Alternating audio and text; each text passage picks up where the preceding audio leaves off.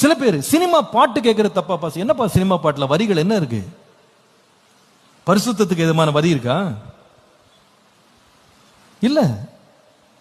பெண்களுடைய அங்கங்களை வர்ணமா வர்ணிச்சு அதுக்குள்ள இருந்து இச்சைகளை தூண்டி அதை கேட்கிறவனுடைய மனசு வந்து போதை ஏறுற மாதிரி என்ன பண்றாங்க?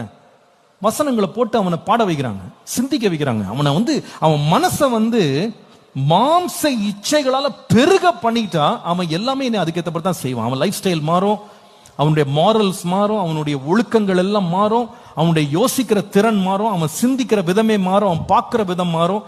இது எல்லாத்தையும் மாத்துறதுக்கு தான் வேலை நடக்குது.